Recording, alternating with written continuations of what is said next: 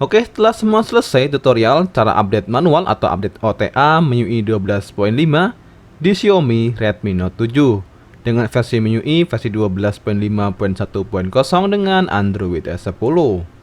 Langkah berikutnya kita akan tes performa dari performa CPU, performa GPU, dan tes performa gaming di Xiaomi dengan versi MIUI versi 12.5 di Xiaomi Redmi Note 7. Dan yang pertama kita akan tes performa CPU dengan aplikasi CPU Throttling. Dan aplikasi ini bisa kalian temukan dan download di Google Play Store secara gratis. Buat kalian yang ingin mencoba tes performa dari handphone yang kalian pakai. Oke, setelah buka aplikasinya lalu pilih Start Test dan kita tunggu selama 5 menit untuk memastikan performa maksimal yang didapatkan di MIUI 12.5 di Xiaomi Redmi Note 7.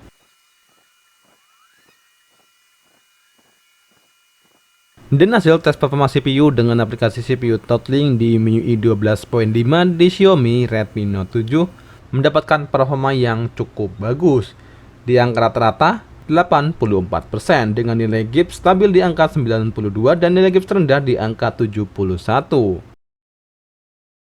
Dan berikutnya hasil tes performa dari performa CPU dan GPU dengan aplikasi AnTuTu Benchmark di MIUI 12.5 di Xiaomi Redmi Note 7 mendapatkan nilai yang cukup baik di angka 132.000.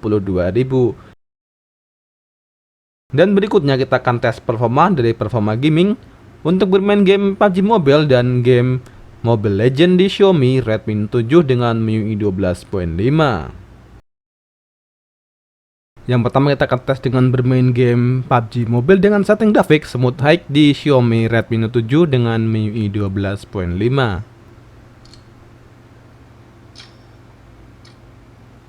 Dan setting grafik yang didapatkan di MIUI 12.5 di Xiaomi Redmi Note 7 di game PUBG Mobile mendapatkan grafik maksimal yaitu Smooth High dan HD High.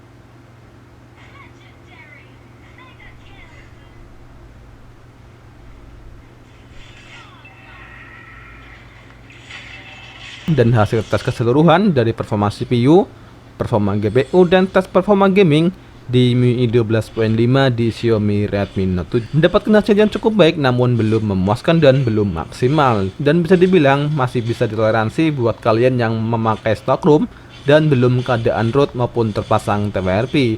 Masih bisa diandalkan untuk bermain game seperti game PUBG Mobile maupun game Mobile Legends ataupun game lainnya. Untuk panas yang timbul saat bermain game dalam jangka waktu yang lumayan lama, menurut saya masih bisa toleransi, namun lebih disarankan buat kalian memakai pendingin ekstra atau fan cooler jika kalian bermain game dalam jangka waktu yang lumayan lama.